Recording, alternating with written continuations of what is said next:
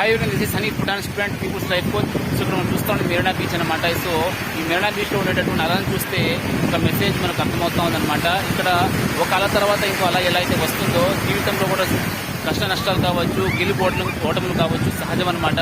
So particularly స్టూడెంట్స్కి exams అంటే run అవుతున్నాయి. రేపటి నుంచి 10th ఎగ్జామ్స్ స్టార్ట్ అవుతాయి అనమాట. సో ఫెయిల్ అయినామని అదేవిధంగా మార్క్స్ తక్కువ అయిపోయినాయని మనము చింతించాల్సిన అవసరం లేదు. భగవంతుడు మళ్ళీ మనకు అవకాశం అనేది ఇస్తూ ఉంటాడు. సో ఈ యొక్క అలను చూసి మనం నేర్చుకోవచ్చు.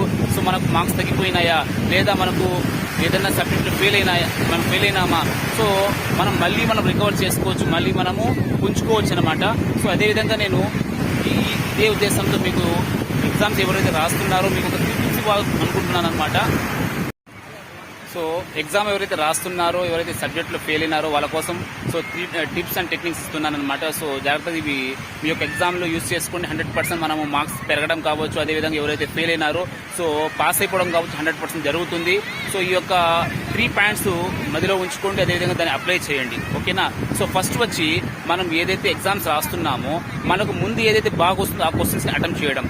సో ఎందుకంటే first impression is the best impression అనమాట. చాలా మంది స్టూడెంట్స్ 1వ నంబర్ నుంచి రాయాలనుకుంటారు అనమాట. అట్లా కాదు, మనకు 20 క్వశ్చన్స్ కావచ్చు, 30 క్వశ్చన్స్ కావచ్చు, మనకి ఏవైతే ఇస్తారో సో మనకు ఏదైతే మంచిగా వస్తుందో అది రాయడం వల్ల సో ఎవరైతే ఎగ్జామ్ మనకు కరెక్షన్ చేస్తారో, మనకి ఎగ్జామ్ ఎవరు కరెక్షన్ చేస్తారో వాళ్ళకు మన మీద ఒక మంచి ఎక్స్ప్రెషన్, మన మీద ఇంప్రెషన్ వస్తుంది కాబట్టి సో మార్క్స్ మంచిగా వచ్చే ఛాన్సెస్ ఉన్నాయి. అదేవిధంగా సెకండ్ పాయింట్ అనమాట, సో కలరింగ్ అప్లై చేయడం, అదేవిధంగా మంచిగా మార్జిన్స్ అప్లై చేయడం అనమాట. సో దీనివల్ల ఏమవుతుందంటే మన కరెక్షన్ చేసేటటువంటి వ్యక్తికి మన పేపర్ మీద ఒక మంచి దృష్టి వస్తుంది, అదేవిధంగా మార్క్స్ మంచిగా ఇస్తాడనమాట.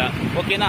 సో రెండోది చెప్పాను. సో మూడోది ఆఖరి వన్ అనమాట. అది ఏం రా అంటే మనం అన్ని క్వశ్చన్స్ అటెంప్ట్ చేయడము. ఎందుకంటే చాలా మంది స్టూడెంట్స్ ఎగ్జామ్ ఫెయిల్ అవడానికి ఒక్కొక్క రీజన్ ఏమంటే మనము అన్ని క్వశ్చన్స్ అటెంప్ట్ చేయం. మనకు తెలిసిన క్వశ్చన్స్ రాసి వచ్చేస్తూ ఉంటారు చాలా మంది పిల్లలు.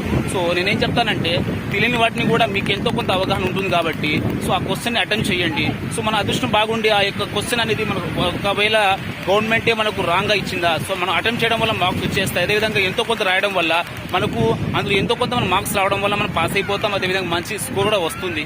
సో ఈ యొక్క విషయాలు గుర్తుపెట్టుకుంటారని మీ యొక్క ఎగ్జామ్లో మీరు మంచిగా రాయాలని కోరుకుంటున్నాను. Thank you so much.